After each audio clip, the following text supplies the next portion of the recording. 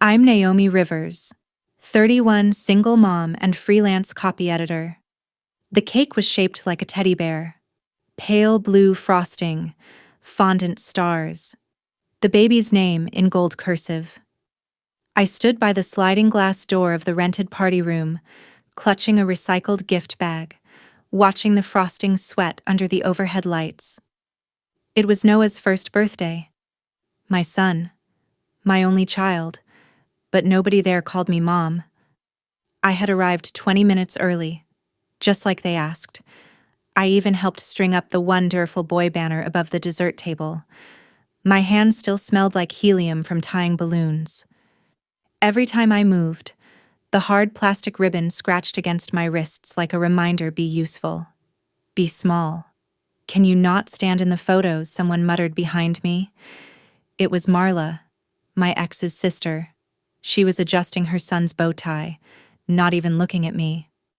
Her voice was casual, like asking someone to move their car. Sorry, I turned around. Just for the group shots.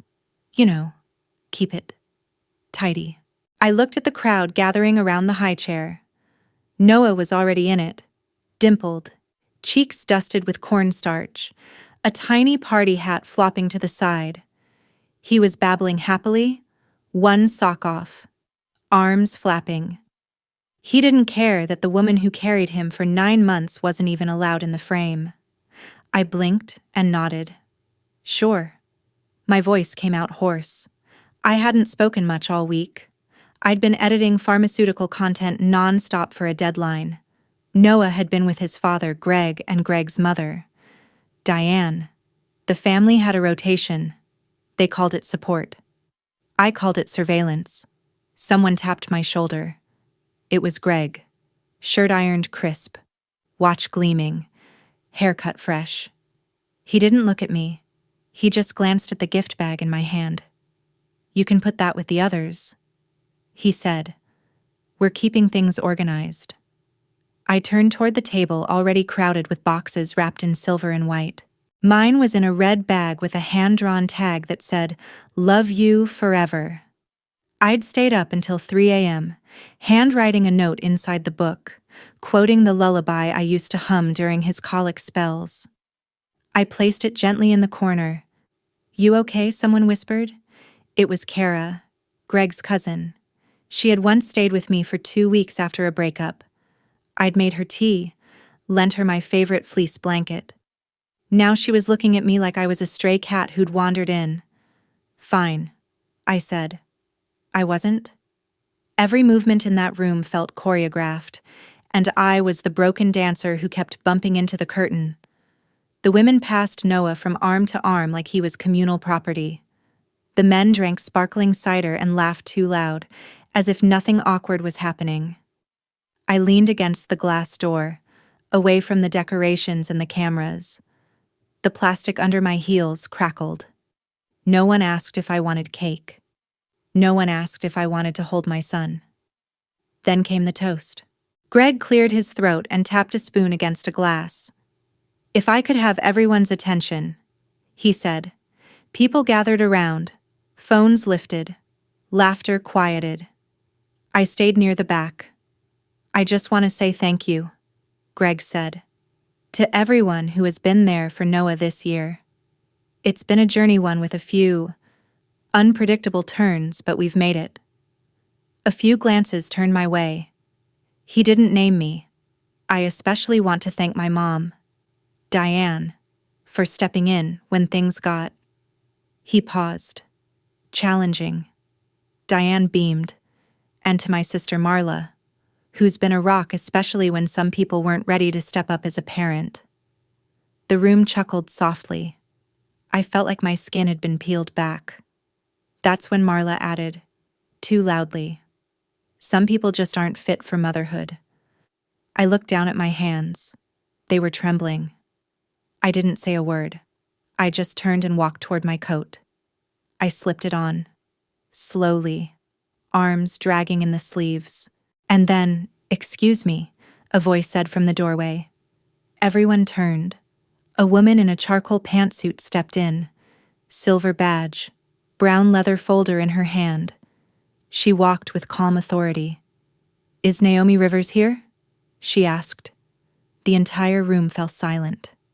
I froze, unsure whether to speak. "I'm Naomi," I said, stepping forward. She nodded and opened the folder. "Sorry to interrupt, but I was asked to deliver this personally. Family court clearance, full custody confirmation." She handed me the envelope.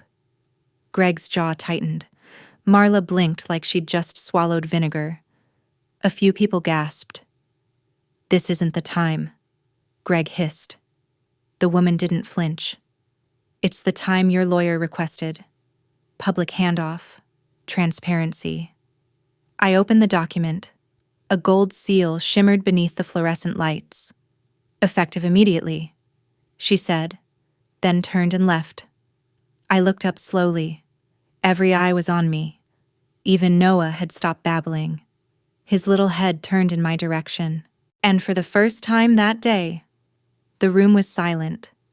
If you've ever had your role as a parent dismissed, especially by those who should know better, drop a comment or tell me where you're watching from. Hit like or subscribe if you've ever had to prove your worth just to be seen. I met Noah's eyes. He blinked, then smiled. And in that silence, I felt something shift.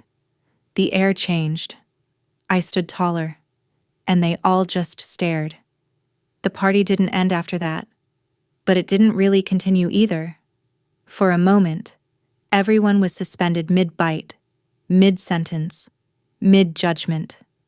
It was as if the entire room had been holding its breath and didn't quite know how to exhale. I could hear the faint buzz of a balloon slowly deflating in the corner, the plastic stretching and giving way to gravity. Greg was the first to move. He took a sip of his cider and smiled too wide. "Well, let's not let paperwork ruin the fun." "Huh?" Nobody laughed. I stepped toward Noah, slowly, afraid to startle anyone. Diane reached for him automatically, but I gently placed my hand on the high chair tray. "It's okay," I said, voice soft. "I'll take him." He reached for me, like it was the most natural thing in the world. Like he'd been waiting. I unbuckled him with practiced hands, lifting his warm body against mine. He smelled like sugar and sunscreen. He buried his face in my shoulder and mumbled something baby-like.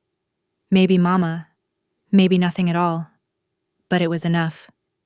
"You can't just walk out with him," Marla said sharply. "There's still cake." I turned to her, holding Noah close. "There's also court documentation. Signed, sealed, and delivered." Literally. She opened her mouth, then closed it. I walked over to the diaper bag they'd shoved under the table and slung it over my shoulder. I didn't rush. I moved like someone who had been ignored long enough to know that rushing only makes you seem guilty. "Naomi, please." Greg called behind me. "Let's talk outside." I stopped but didn't turn around. "No, Greg. We're done talking. I've already listened to everyone else long enough." The wind outside was warm when I stepped into it, but I still shivered. I clicked Noah's car seat into place and kissed his forehead before closing the door. For a second, I just stood there on the curb, looking at the party room through the tinted windows of my car. Inside, no one was smiling. Not anymore. Back at my apartment, the living room was still scattered with toys. I'd cleaned in a frenzy the night before, thinking maybe, just maybe, someone might come over afterward. Someone might want to see how Noah and I lived. But now I saw the vacuum lines in the carpet and felt a wave of embarrassment. I was always trying to prove I was enough, and no one had ever asked me to. I set Noah down and watched him crawl straight to the plush bear I'd gotten him last month. He hugged it like he'd never been gone. My phone buzzed. "Greg. That was petty. You humiliated me in front of my family." Greg again. "We had a plan. This wasn't the deal." Greg again. "You're unstable. This isn't over." I stared at the screen for a long time, Then I turned it face down and walked to the kitchen. The dishes in the drying rack were still warm from earlier. I started putting them away, needing to do something tactile, something small and controllable. Fork, spoon, cup. I could do this. I could be okay. I could raise my son. But it hadn't always felt that way. There had been nights during the pregnancy when I couldn't breathe. I would lie on the bathroom floor, watching the ceiling swirl, trying to talk myself out of panicking. The heartbeat monitor they gave me became a crutch. If I couldn't hear Noah's heartbeat within 10 seconds, I'd spiral. Greg hadn't been cruel then, but he hadn't been present either. He had meetings, conferences, flights, always somewhere else. When he was home, he'd smile like I was overreacting. It's hormones. He'd say, "You need to calm down or the baby will feel it." I'd internalized that. For months, even after Noah was born, I apologized constantly.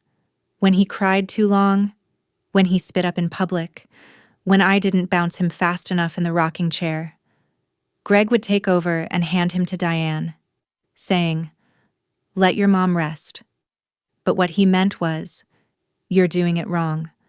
When the argument started, I blamed myself. When he moved out temporarily, I believed it was just space.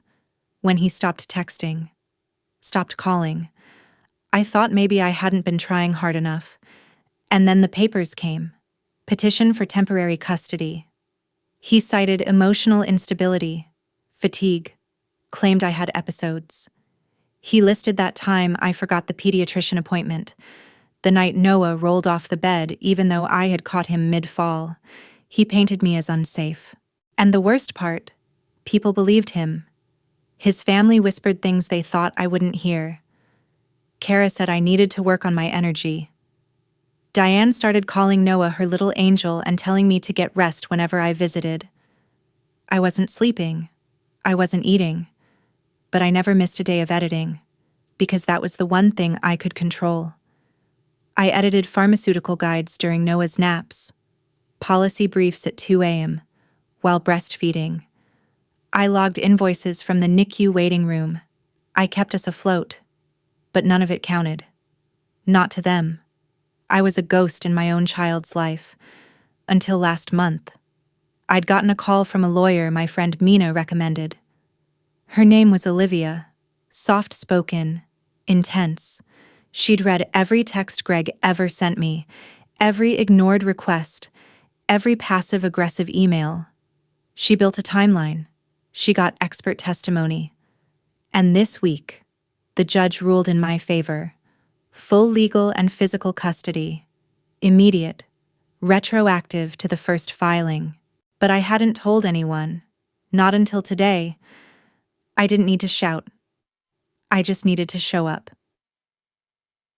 That night, after Noah went to sleep, I sat on the edge of my bed and finally opened the gift bag I'd brought to the party. I pulled out the book, Love You Forever, the same copy my mother used to read me when I was sick. The corners were worn, the cover creased. I'd scribbled a note inside for Noah. I will love you forever. I will like you for always. As long as I'm living, your mother I'll be. I closed the book and stared at the ceiling for a long time. The silence wasn't heavy anymore. It was whole. It held space for me. The next morning, I woke up to a knock on the door. It wasn't loud, just 3 polite taps. Hesitant. Like whoever stood on the other side wasn't sure they should be there. Noah was still asleep, the baby monitor blinking quietly on the nightstand. I padded across the carpet barefoot and peeked through the peephole. It was Kara. I hesitated, hand on the deadbolt. She stood in a hoodie and jeans, holding a paper cup of coffee. Her eyes looked puffy, like she'd been crying or hadn't slept. Probably both. I opened the door halfway. Hey. Hi. She cleared her throat. I'm sorry to just show up. I didn't move. She shifted awkwardly and held out the coffee. I figured you'd be up. Or, maybe you'd need this. I took it. Slowly. It was warm in my hands. She hadn't added sugar, which meant she remembered how I took it.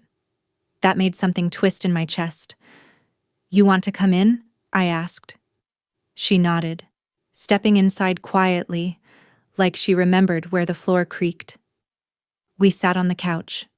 I didn't say anything at first. I just waited. I didn't know. She finally said, about the custody. About everything. I raised an eyebrow. Didn't know. Or didn't want to. She looked down at her hands. Both. I took a slow sip. The bitterness hit hard, but it helped keep the emotion down. I thought you'd just given up, Kara continued. Greg said you were overwhelmed, that you asked him to take over for a while. I almost laughed. You believed that she didn't answer. The room was quiet except for the distant hum of traffic outside the window. I wanted to believe it, she finally said, because it made everything easier. If you were the one falling apart, then I didn't have to choose sides.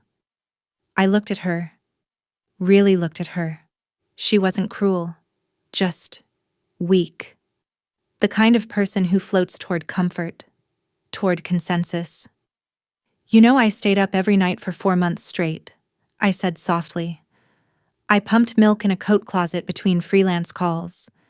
I didn't even buy groceries for myself, just baby food and crackers. But nobody saw that, because I wasn't loud about it. Kara's eyes were glassy.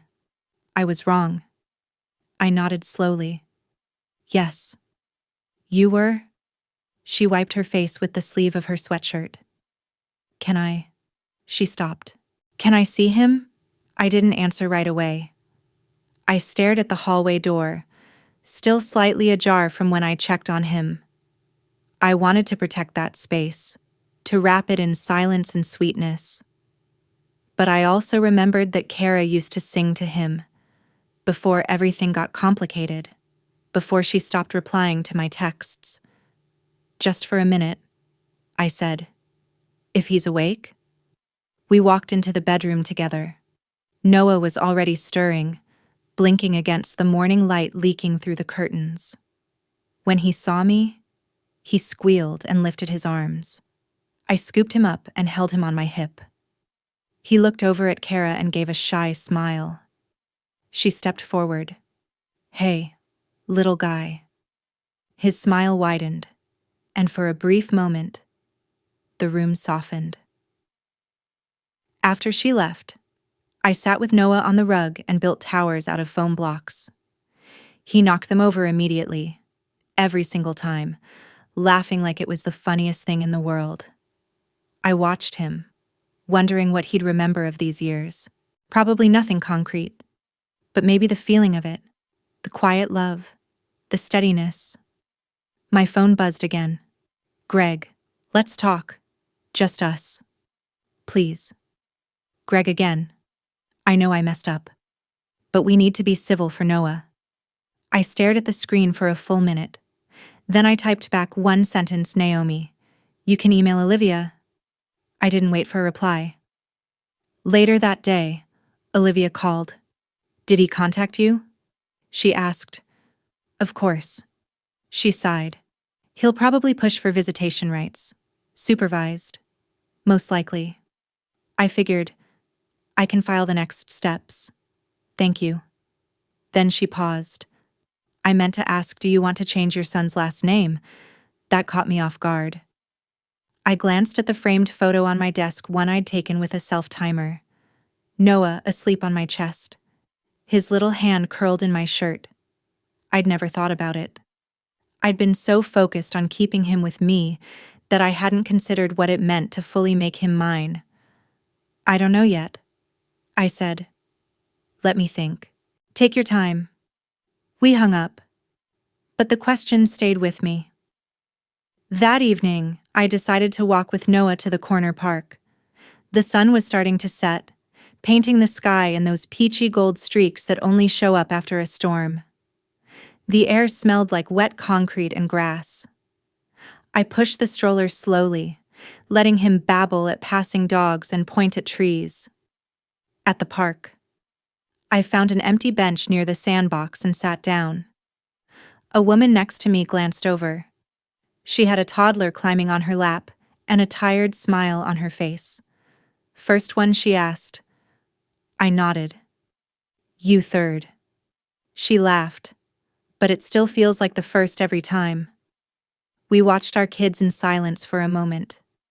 Then she said, You look like you've been through it. I didn't even flinch. Yeah, I have.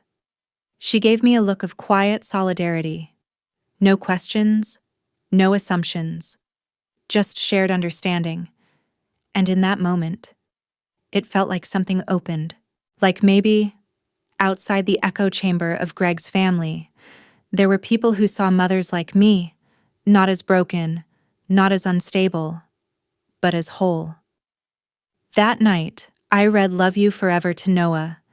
His eyes drooped by the second page, but I kept reading. I'll love you forever.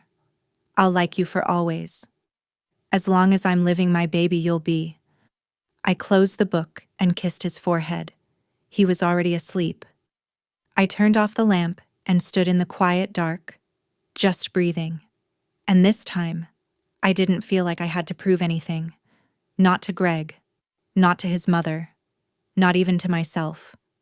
I was here. That was enough. The next few weeks passed like slow, cautious breaths. Everything I did, folding onesies, boiling tiny pacifiers, organizing daycare paperwork, felt both fragile and monumental. I kept waiting for the other shoe to drop, for someone to bang on my door demanding to undo the ruling, for Greg to reappear with some legal technicality, for one of his relatives to post some cryptic, passive-aggressive status online, but none of that happened. Instead, silence. Not peaceful silence, not yet. Just space. The kind that feels like the inside of a bruise. Still, the routine helped. Morning bottles, emails to clients, late-night editing shifts after Noah fell asleep with his arms thrown over his head like a tiny starfish. The small things saved me until I remembered they were never small. 2 Wednesdays after the party, I got a letter in the mail from Greg. Not a text, not a call. A real letter. The envelope was plain, no return address. Inside was a single page of lined notebook paper, the kind you rip from a spiral journal, the perforated edge still messy. His handwriting hadn't changed since college, small. All caps, slanted left. Naomi. I won't contest the decision. I talked to my attorney. She agrees. I know what I did. I'm sorry I made you feel like you were failing when you were holding everything together. I don't deserve to ask anything, but if you ever want to talk about how I can be better for him, not for us, I'm here. Take care. Greg. No demands. No blame. Just that. I reread it 4 times. I didn't cry. I didn't smile either. I just sat with it for a while. Then I folded it up and slid it into the back of my planner, behind Noah's immunization schedule and a grocery list I hadn't finished. Some truths don't need to be framed, just acknowledged. That Friday, I got an unexpected check in the mail from a longtime client, a bonus. For your consistency during chaos. The note said, I used it to finally buy a new crib. The old one had been secondhand. I'd sanded it myself, covered the splinters with fabric tape, patched the torn mattress with quilted stuffing. I'd made it work, like I always did. But this time, I wanted something untouched, unshared. It arrived in 3 boxes, heavier than I expected. I opened a cold soda, rolled up my sleeves, and started building it in the middle of the living room. Noah crawled between the parts, giggling at the Allen wrench like it was a toy. By the time I finished, my back ached. My fingers were blistered, and I was covered in cardboard dust. But the crib stood perfect, centered beneath the window. Noah stood up holding the railing, proud of himself. I laughed. We built it, kiddo. He bounced on his feet, gripping the bars like a jailbird. Duh, yes, I said, lifting him inside. That's freedom. Sunday afternoon, Diane called. Her number flashed across the screen and I froze. I hadn't blocked her. I wasn't sure why.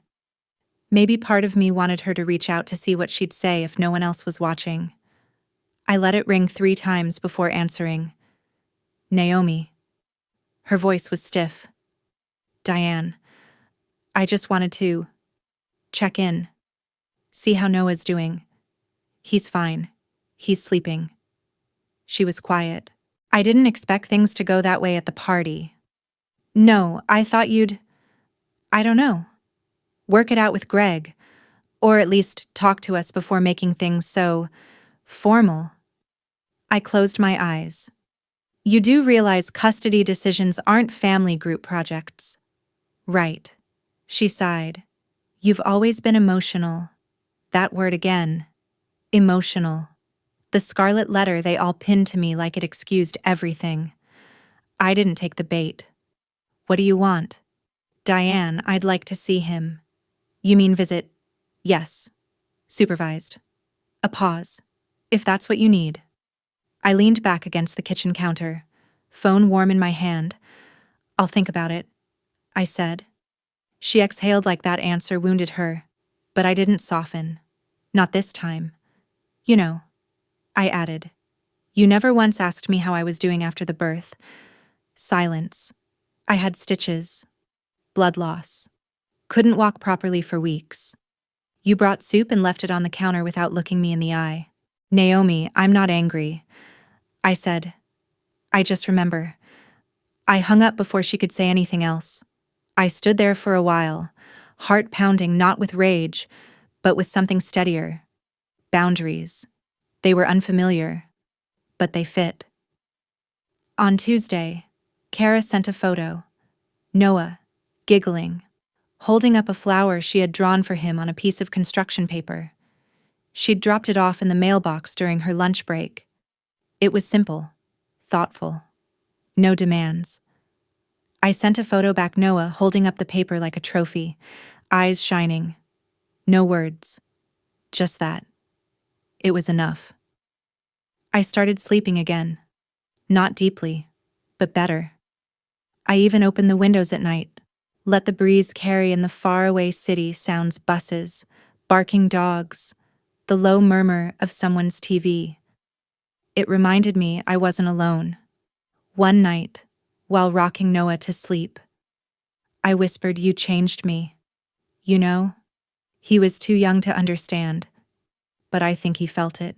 He reached up and touched my face with his whole palm, and in that small gesture, something inside me settled. This wasn't the life I imagined, but it was real. It was mine. A week later, the daycare worker greeted me with a smile as I dropped Noah off. "He's been talking about you all morning," she said. "Just mama, mama, mama." Over and over. I laughed, brushing his curls back. "He knows who shows up," she added gently. I looked at her. The room spun just slightly, but in a good way. I picked him up one last time before I left and whispered in his ear, "I'm not going anywhere." And this time, I knew it was true. The first time someone outside my old orbit called me mom without hesitation. It happened in the most mundane place imaginable, the checkout line at Target. I was juggling Noah on one hip while trying to swipe my card and grab a box of diapers that had fallen from the cart. He was teething and restless, one sock off again, cheeks flushed from the heater vents above. The cashier, maybe 19, barely looked up. "Do you want a sticker for your baby?" Mom, not babysitter, not guardian, not a pause to ask, "Are you his?" "Just mom?" I blinked, nodded. "Yeah, that'd be nice." She handed over a rainbow dinosaur sticker, and Noah grabbed it with both fists, promptly trying to eat it. I laughed and said thanks a little too sincerely, but she didn't notice. She just moved on to the next customer. The moment shouldn't have meant anything, but for me, it did. For months. I'd been fighting for the right to be called what I already was. Mom. Not part-time. Not unofficial. Not invisible. I existed, and someone saw it. The days grew colder. October drifted in like a fog, with early sunsets and the soft panic of first winter coats. Noah had started walking wobbly Frankenstein steps that often ended in a slow-motion fall onto his diaper-cushioned bottom. But he was so proud of himself. Every time he made it from the couch to the kitchen without toppling, he'd turn around and beam like he'd won an Olympic medal. He'd say, "Uh-oh," before things even went wrong. He made me laugh in ways I didn't expect to laugh again. Not belly laughs, not giddy ones, but quiet, breath-catching joy, the kind that reminded me of who I'd been before. Fear and judgment carved lines into my face. I'd stopped looking at Greg's social media. I didn't block him. I just let it fade. I didn't need updates on his curated piece or the filtered photos of his new apartment with succulents and bookshelves that looked untouched. I was done auditing his version of the truth. Instead, I started saving little things. Notebooks filled with Noah's first scribbles, a note from his daycare teacher. Today he hugged another baby who cried. His pediatrician's comment, "He's strong, really strong for his age." I was building a record not to prove anything, but to remember. For the future. For the inevitable day when he'd ask what happened back then. And I would answer honestly, not perfectly, but with dignity. One Saturday morning, Mina came over. She brought cinnamon rolls and coffee and a paper bag filled with her daughter's outgrown clothes. She dropped the bag at my feet like an offering and collapsed on the couch. "You look like you've slept." "I hate it." I grinned. "I took a nap yesterday. It was 10 minutes, but I think it added a year to my life." She pulled a foil-wrapped pastry from the bag. "Tell me something ridiculous." I thought for a moment. Noah kissed the vacuum. On purpose. "Yeah, just walked up and planted one right on it, then clapped." Mina laughed so hard she choked on her coffee. It felt good to have someone in the room who wasn't calculating. Someone who didn't tilt their head when I said I was tired or working through things. Mina had been there since college. She'd seen me fall apart and build myself again twice. She reached over, handed me a cinnamon roll, and said quietly, "You know I'm proud of you." "Right." I blinked. "Why? For doing what needed to be done, for not letting it rot you." I didn't answer, but I let the silence hold it. Some affirmations don't need echoing. Later that week, I got a text from Diane. I was hoping I could drop off a box of Greg's baby things, books, toys. Some might be useful for Noah. I sat with that message for a long time. Not a demand, not guilt, just a gesture. I replied, "Naomi, sure. I'll be home Friday after 4. You can leave them by the door." She sent a thumbs-up emoji. That Friday. The box was there when I came home, a little soggy at the bottom from the rain, but sealed neatly. Inside were old wooden blocks, a plush rabbit missing one eye, and a stack of children's books with curled edges. On top, carefully placed, was a photo of Greg as a toddler on his father's shoulders. I stared at it. It wasn't an apology. It wasn't peace. But it was a kind of truce. I wrapped the photo in a towel and slid it into a drawer. Not for me. For Noah. Someday. That night, Noah wouldn't fall asleep. He was feverish and clingy, head buried into my chest, his whole body hot and restless. I rocked him for 2 hours straight, humming the same lullaby over and over. The ceiling fan hummed in rhythm with my voice. Eventually, he sighed a deep, world-weary baby sigh and went still. I didn't move. My arms ached. My back throbbed. But I stayed there, holding him. The old version of me might have called that weakness, might have felt like I was failing by not enforcing sleep schedules or healthy boundaries, but this time, I just let it be. Sometimes love looks like staying up all night. Sometimes it looks like silence. Sometimes it looks like choosing to carry someone even when you're shaking yourself. The next morning, Noah woke up early. He ran to the new crib, pressed his face between the bars, and said, "Mama book." I smiled. "Which one?" He toddled over, picked up Love You Forever, and handed it to me. I hadn't read it in weeks. I opened it, sat on the rug, and pulled him into my lap. "I'll love you forever. I'll like you for always. As long as I'm living, my baby you'll be." When I closed the book, he clapped. "You like that one again?" he whispered, and I did. That evening, I opened my laptop and created a new folder. Noah, Year 1. I uploaded pictures, documents, medical notes, scanned birthday cards. I wrote a short letter to accompany it, not for court or lawyers, just for the archive of truth. Then I clicked on my documents folder and opened something I hadn't looked at in months. Title Custody Affidavit, Draft. I deleted it. I didn't need it anymore. What we had now wasn't a case, it was a life, and I was no longer defending it. I was living it. Winter settled in quietly.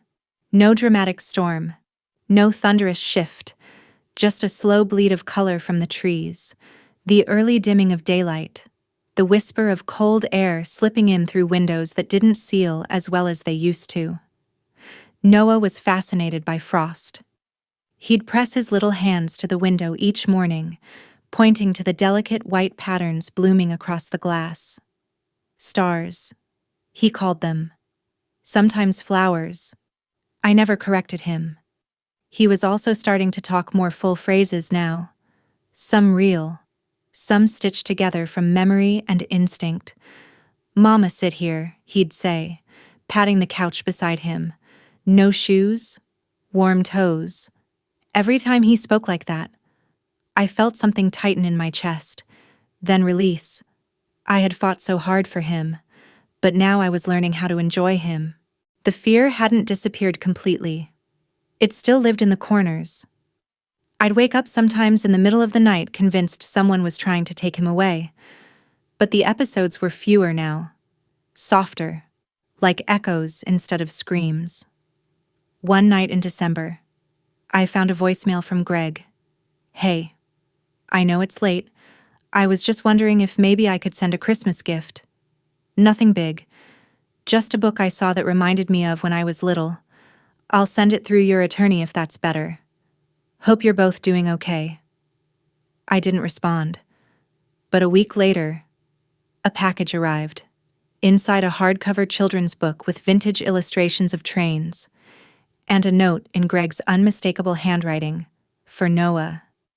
"I hope you dream of tracks and engines and stars, Dad."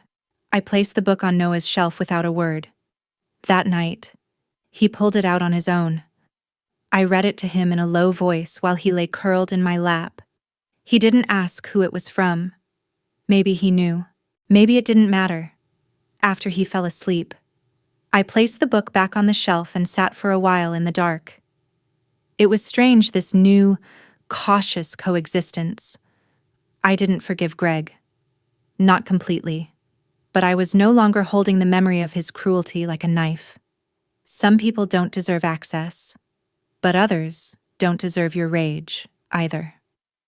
The daycare holiday recital was held in a local church basement with folding chairs and fluorescent lights. Every child was dressed in something festive. Noah wore a tiny red sweater with reindeer antlers, slightly too big for him. The sleeves rolled. The teacher gathered them at the front. They sang one shaky verse of Twinkle, Twinkle, and half a rendition of Jingle Bells before the entire group devolved into chaos, crying, waving to parents, tugging at itchy clothes. It was perfect. I sat in the second row, clutching my phone to record the whole thing. Next to me was another mom I'd gotten to know, Leah, mother of twin boys with boundless energy. She nudged me. Your kid's got stage presence, she whispered. I laughed. You say that now. Just wait until he starts a band and refuses to do homework. She smiled. Better than silence. My older one went 2 years without saying a word. We talked after the show while our kids played under the dessert table. She asked if I was married. I shook my head. Just you, she asked. Just me. She nodded. Same here. 4 years. At first it was like living with a ghost.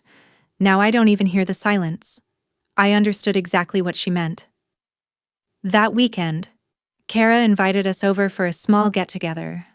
Nothing fancy, just pizza, gingerbread cookies, some hot cider. It was the first time I'd seen her since that morning she showed up with coffee. She had a small apartment with too many string lights and a tree that leaned slightly to the left. Noah was immediately enchanted. He ran straight for the tree and gently touched one of the ornaments. Ball, he whispered. Be gentle. Bud, I said, laughing. Kara came in from the kitchen holding 2 mismatched mugs. I made cider. It's basically juice with heat, but I put a cinnamon stick in it so it feels like a recipe. We sat on her sagging couch, sipping and watching the kids play. I'm glad you came, she said. I almost didn't. I know. We were quiet for a moment. You know, she added, if you ever want to come to family dinner again, it doesn't have to be like before. I turned my mug in my hands. What would be different? Her face softened. We wouldn't pretend anymore. I didn't answer, but I didn't say no either. Sometimes an open door is enough. You don't have to walk through it. Just knowing it's unlocked matters.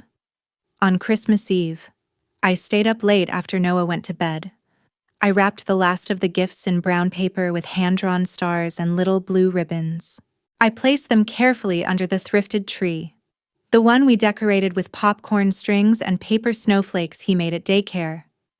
I hung one ornament that had survived from my childhood, a ceramic heart with a crack down the middle, glued long ago. My mother had made it with me during one of the few Decembers we weren't fighting. I lit a candle, not for tradition, just for warmth. And then I did something unexpected. I sat down and wrote a letter, not to Greg, not to Diane, not to Kara, to Noah. December 24th. My son, you won't remember this Christmas.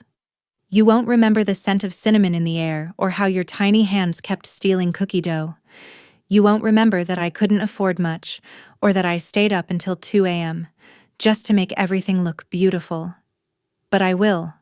I will remember how you called snow milk from the sky, how you kissed your toy elephant goodnight before crawling into my lap, how you laughed when I forgot the words to the carol and made up new ones about marshmallows and spaghetti. I will remember that you didn't care about the decorations. You just wanted to be held. And I held you. I always will. Mom, I sealed the letter in an envelope and tucked it into the box marked first years. One day, when he's older, maybe I'll give it to him. Or maybe I won't. But I wrote it. And that's enough. The night was quiet, except for the soft exhale of the heater. The crib creaked slightly as Noah shifted in his sleep. I turned off the lights and stood at the doorway, arms wrapped around myself. For the first time in a long time, I didn't feel like I was waiting to be told I was good enough. I just was a mother, without permission, without approval, still standing, still here. The new year came in quiet. No party, no resolutions, no midnight kiss. Just Noah snoring softly in his crib and me on the couch with a blanket wrapped around my shoulders, sipping chamomile tea while the sound of distant fireworks echoed like forgotten promises. I didn't feel lonely. I felt still.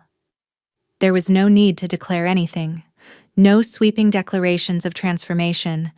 I wasn't chasing some new identity. I was just deepening into this one mother, survivor, builder of small, invisible triumphs.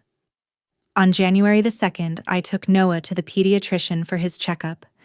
The waiting room was crowded, all chatter and plastic toys. A mother across from me juggled a newborn and a toddler while trying to complete paperwork. I offered a pack of wipes when her baby spilled juice across her sleeve. She thanked me with her eyes more than her words. Later, after Noah's checkup, perfect weight, great reflexes, still hates peas, the nurse handed me a clipboard. You're listed as the sole guardian on file, correct? I nodded. She gave a little smile, casual but kind. You're doing great. Just so you know. I blinked. Thanks. It caught me off guard. That phrase, you're doing great. It wasn't loaded with sympathy or coded in pity, just said plainly, like a fact. I carried it with me for the rest of the day like a secret charm in my pocket. Back at home, Noah insisted on building a castle out of cereal boxes and couch cushions. He lined them up with great concentration, stacking his stuffed animals along the top like watchmen. When the tower collapsed as it always did, he didn't cry. He just looked up at me and said, "We fix." That stopped me. We fix. 2 words that somehow felt more profound than any therapy session I'd ever attended. We fix. Not we cry. Not we run. Not we break. We fix. I sat on the floor beside him, handed him a box of wipes and a soft block, and helped him rebuild, one corner at a time. A few days later, Olivia called again. Her voice was brisk as usual, but I could tell she was trying to sound casual. Greg filed for limited visitation. Saturday mornings. 2 hours. Supervised. Nothing unreasonable. I didn't respond. He says it's for Noah. I think it's also for him. Maybe both. Is he allowed? I asked. Yes, she said. You have sole custody, but not sole parental rights. And she paused. He's not fighting you. That's something. I sat down on the couch and watched Noah try to put socks on a teddy bear. Okay, you can choose the location. You can sit nearby. You're in control. It felt too soon. And also, oddly, just on time. Let's start with once, I said. One visit. Done. I hung up. My hands were cold. I chose a library. Not the family's house. Not a playground where Noah could run off. Not a restaurant full of noise and distractions. Just the public children's section at the downtown library, neutral, open, calm. I emailed Greg the details and included the rules. No gifts, no photos, no questions about home. He replied in one sentence, "Thank you. I'll be there." I spent the night before pacing. What if Noah cried? What if he didn't recognize Greg? What if Greg tried to spin some sweet version of history? Try to rewrite the facts? But I couldn't protect Noah from every shadow. All I could do was make sure the light stayed on. Make sure he knew where to look when the stories confused him. The morning of the visit. I dressed Noah in soft gray overalls and a yellow sweater. I brushed his hair gently and kissed his forehead. You're going to the library, I told him. There will be books and someone to read with. He nodded like he understood. Books good. I packed a snack bag and a favorite toy. Just in case. When we arrived, Greg was already sitting on the floor by the picture books. His face was clean-shaven. He wore jeans and a sweatshirt, normal clothes. Nothing performative. He looked nervous. I didn't speak. I just nodded. Noah looked up at me. This is okay, I said gently. I'll be right here. Greg stood. He didn't try to hug Noah or sweep in like a stranger-turned-savior. He knelt. Hi, buddy. I'm Greg. Noah looked at him. No reaction. Then, after a beat, he pointed to a book on the floor and said, Truck. Greg smiled. Yeah, that's a fire truck. They sat down together.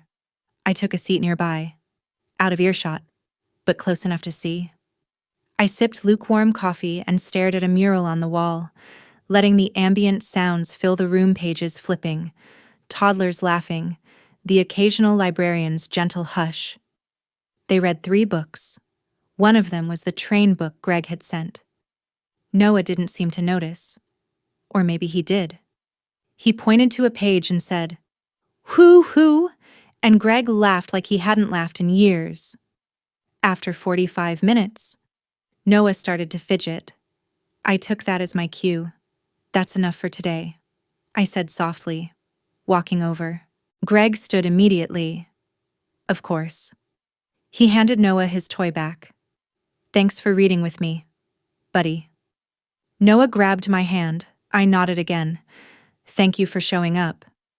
He opened his mouth like he wanted to say more, but I was already turning away. In the car, Noah sang a nonsense song about apples and trucks. "Did you have fun?" I asked. "Book time," he shouted. That was all he needed to say. I didn't cry afterward. I didn't shake. I didn't fall apart. I just drove home and made lunch. I wiped yogurt off the high chair and changed a diaper and refilled the humidifier. I folded laundry and answered 2 emails and edited an article about asthma medication. It was a Saturday, and it was ours. That evening, while Noah napped on the couch, I scrolled through old photos on my phone. I found one from the day he was born. My face pale, hair stuck to my forehead, eyes wide with exhaustion and disbelief. He was barely visible, swaddled tight in a striped hospital blanket, skin red and wrinkled.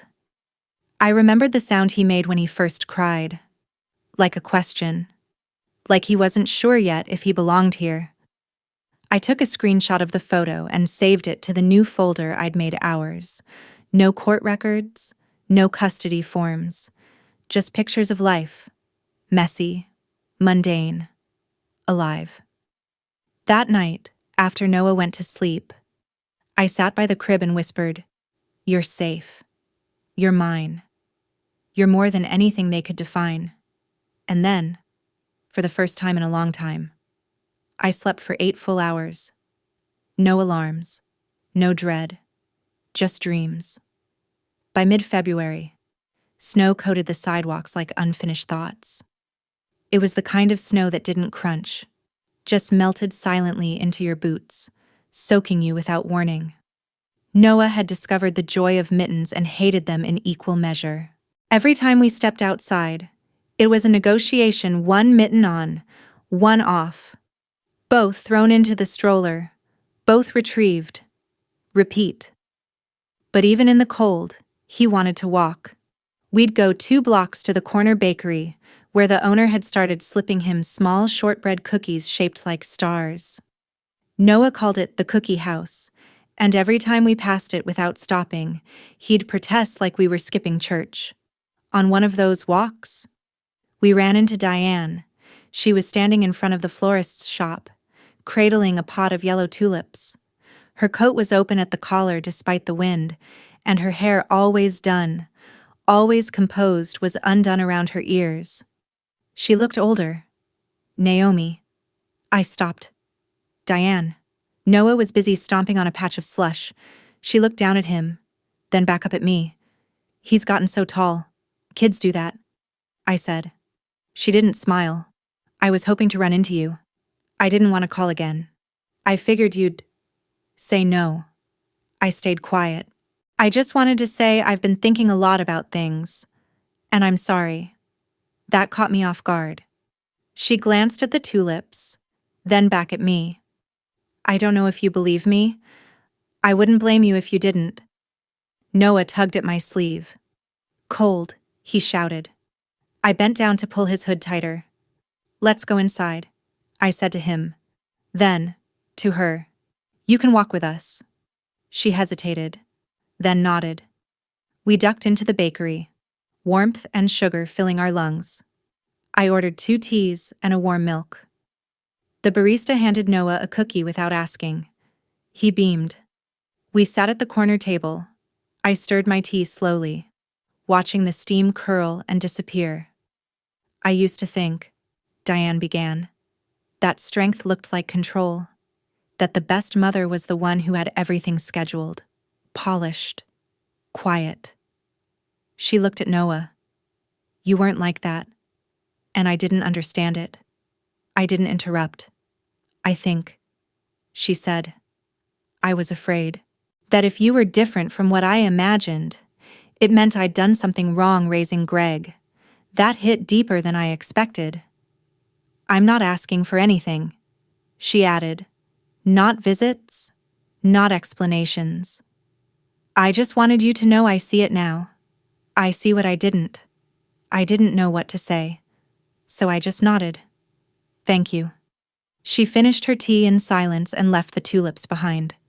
When Noah asked who she was, I said, someone who loves you in a different way. He accepted that. Children always do. Later that week, Olivia called again. Greg's attorney reached out. She said, he wants to propose a new visitation agreement, gradual, bi-weekly, still supervised. I exhaled slowly. I figured, you don't have to agree right away. I don't want to punish him, I said. I just don't want Noah confused. You're allowed to protect the clarity of your home. That stuck with me. The clarity of my home. A place where love wasn't conditional, where bedtime stories didn't carry hidden terms. I'll think about it, I said. And I did. All week. I watched how Noah moved through our space confident, noisy, tender. He kissed his toys before setting them down. He said thank you to the heater and good night to the hallway mirror. He called the cat from across the street my friend. He was whole. He was not missing anything. But maybe, I thought, someday he would ask. And I didn't want to be the only one holding the answer. So I said yes. One visit, every other Saturday. At the library. 1 hour. I'd be present. As always. Watching. Olivia sent the paperwork. Greg signed it without edits. That Saturday, Greg brought a board book and a small puzzle. No gifts, no surprises. Noah sat with him and showed him how to make the animal sounds. Greg smiled like it hurt.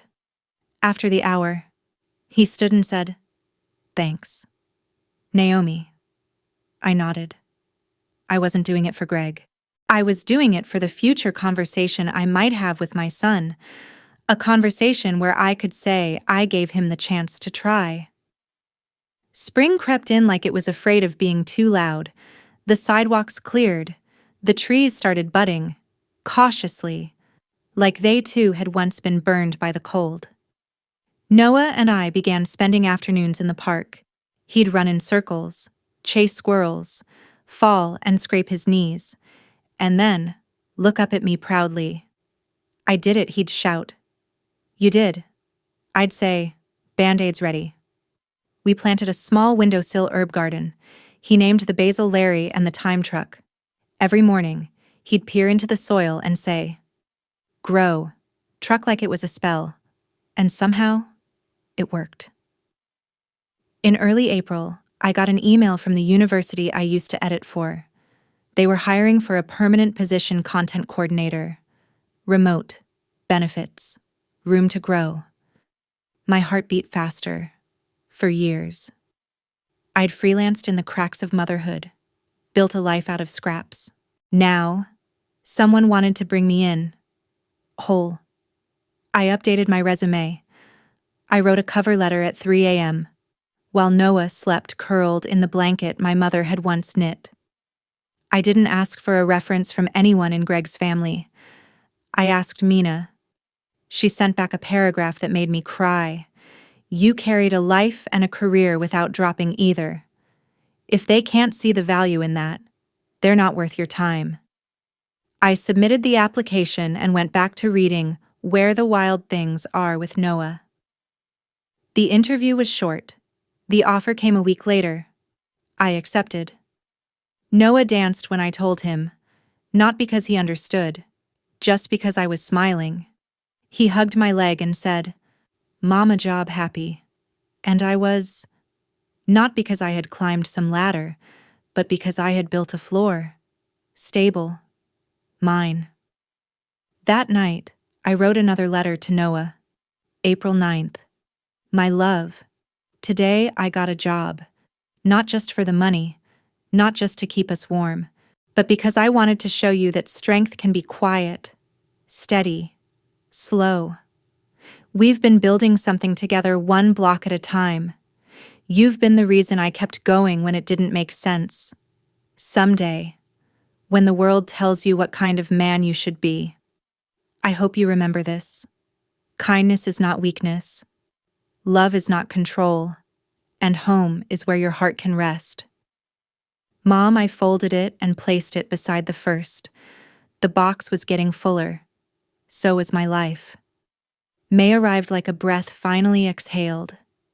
The trees outside our apartment bloomed late but fierce petals like confetti spilling down the sidewalks, littering stroller wheels and the tops of Noah's curls. The city felt softer in spring, like it had forgiven itself for winter. Noah was obsessed with birds now. Every morning, he'd press his face to the window and whisper, "Tweet, tweet," as if summoning them by name. We started keeping a little notebook of bird sightings. He'd draw circles for heads, straight lines for legs, and I'd write the names underneath: robin, sparrow, cardinal. Even when we weren't sure, we called them all ours. Life had begun to thread itself into a rhythm again. I woke early. I made coffee. I wrote while Noah napped. I answered emails in between peanut butter sandwiches and trips to the potty. I had real deadlines again. Clients who called me ma'am and editor and lifesaver.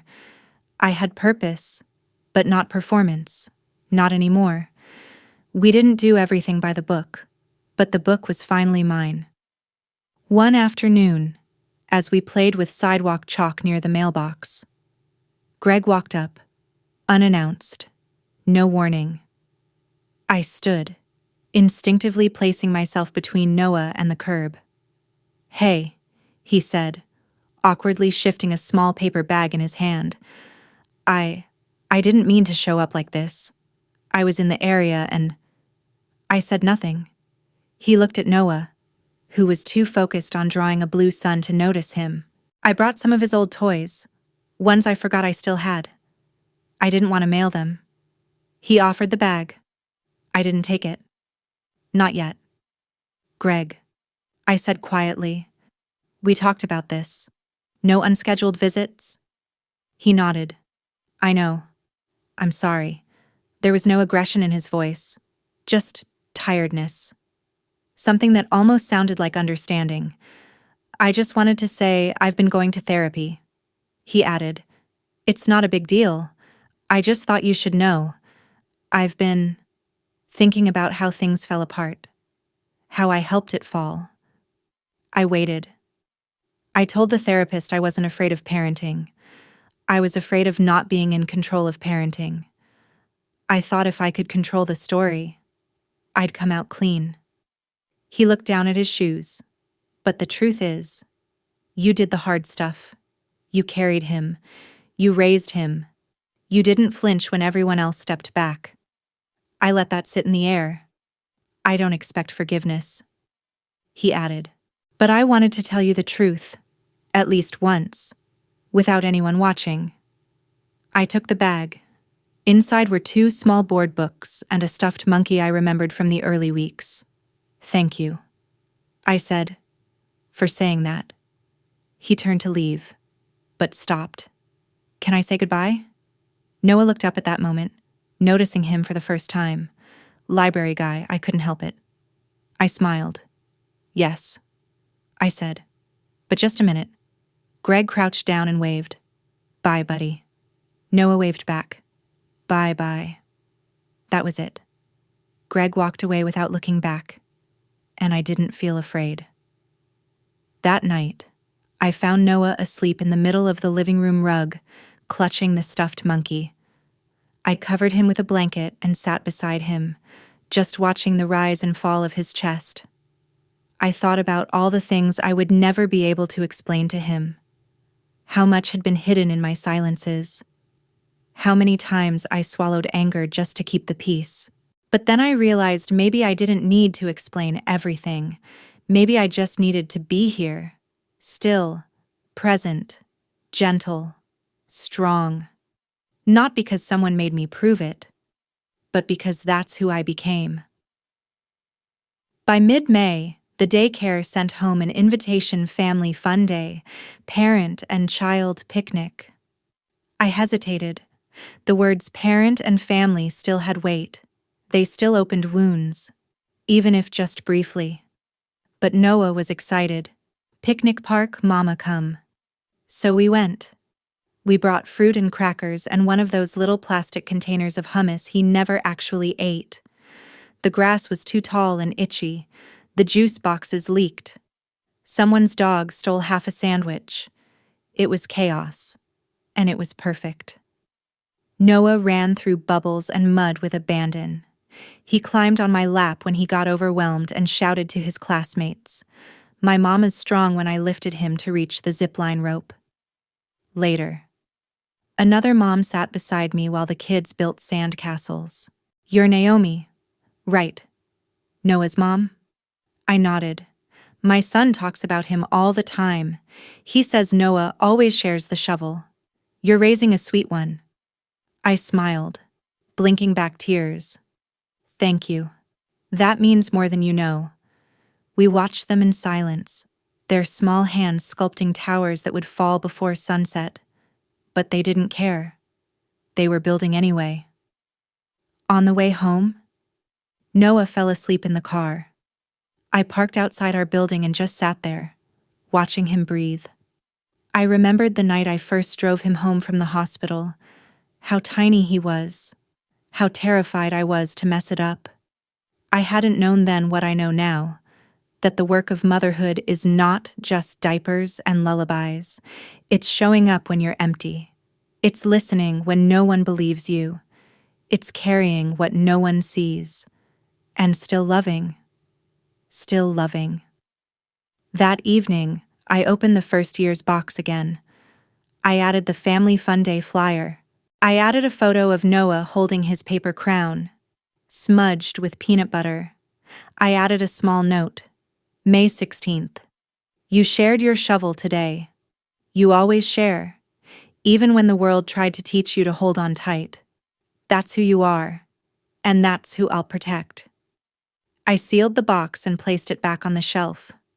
The room smelled like lavender and baby shampoo. Noah stirred in his sleep, murmuring something about clouds and birds. I sat beside his crib, knees to chest, arms folded softly, and I whispered into the night, "You are safe. You are loved. You are real." And for the first time, I believed it wasn't just true for him. It was true for me, too. Summer came fast, like it had been waiting behind every closed window, every late-night worry. The days stretched wide, endless light pouring through the blinds before we even finished breakfast. Noah was now fluent in joy. He spoke it in giggles, in muddy footprints, in the way he'd yell, "Watch this," before tumbling into a patch of grass like it was his personal stage. He was 2 now, strong-willed, fiercely independent, still sweet, still soft, but with edges now tiny glimpses of the person he was becoming. One Saturday in June, he sat beside me on the porch steps, holding a half-eaten popsicle. "Mama." "Yeah. Why do we live just us?" I paused. He wasn't angry, just curious. I looked at his sticky fingers, at the way his curls stuck to his forehead in the heat. I'd known this question would come. I just didn't think it would come in the middle of a popsicle. "Well," I said carefully, "some families have a lot of people in one house. Some families have 2 houses. Some families are just one parent and one kid. Like us." He nodded, licking the side of the popsicle thoughtfully. We have pancakes, he added. I smiled. Yes, yes, we do. And dancing music. Also true. He leaned against my arm. We're okay. I kissed the top of his head. We're better than okay. And I meant it. That week, Kara sent a card. No message inside, just a photo of a butterfly taped to the center and 3 words handwritten in her familiar scrawl. You were right. I pinned it above my desk. Not out of pride, but because I wanted a reminder. The truth always arrives. Sometimes late, sometimes ragged, but it comes. Greg had kept his distance, respectfully. His visits were steady, quiet, no drama. Noah still called him library guy half the time. I didn't correct it. The boundaries I once built out of fear were now held with clarity. There was space for change, but no longer at my expense. That was growth. That was peace. I started writing again. Not editing, not client briefs, but writing. My own words. Late at night, after Noah was asleep, I'd sit on the couch with my laptop open and type stories about women who survived. Not glorified, not martyred, just real. Mothers who stayed. Mothers who left. Mothers who fought. I didn't share them. Not yet. But the pages filled quickly. Each story felt like a stitch, something once torn being threaded together again. Some nights, I'd cry while writing, not because I was sad, but because something unspoken was finally making its way out.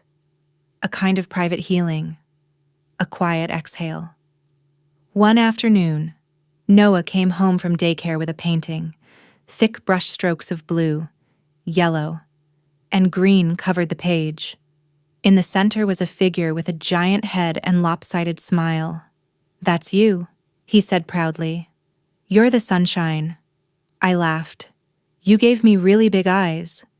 He nodded seriously. So you can see everything. I framed it, hung it above the dining table. Every morning after that, when we sat down for cereal or waffles, I'd look at it. You're the sunshine. No one had ever called me that before, and somehow, I believed it. We took our first trip that summer, just the 2 of us. A small cabin by the lake, rented for 2 nights with a tiny deck and a dock that creaked when you walked across it.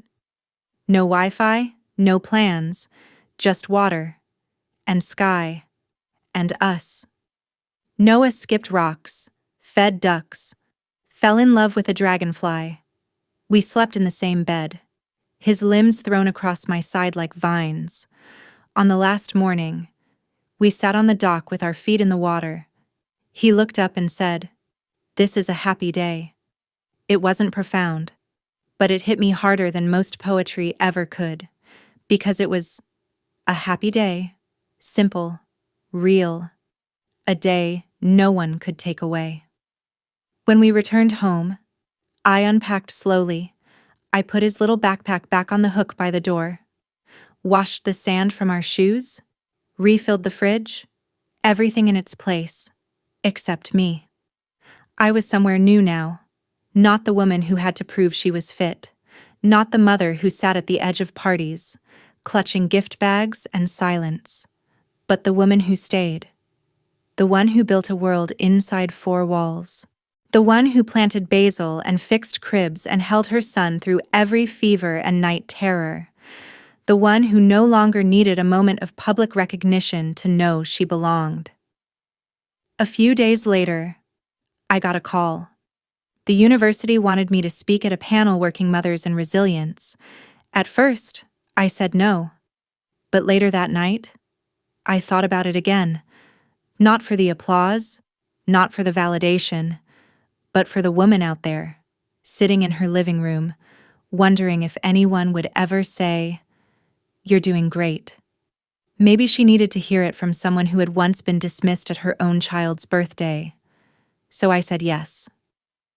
I wrote my name down on the form, Naomi Rivers. No title, no footnotes. Just that. A mother, a voice, a person who had been underestimated and kept going anyway. That night, I added one last letter to the first year's box. July 20th. My love, one day, you'll ask why I never gave up, why I didn't leave when it got hard.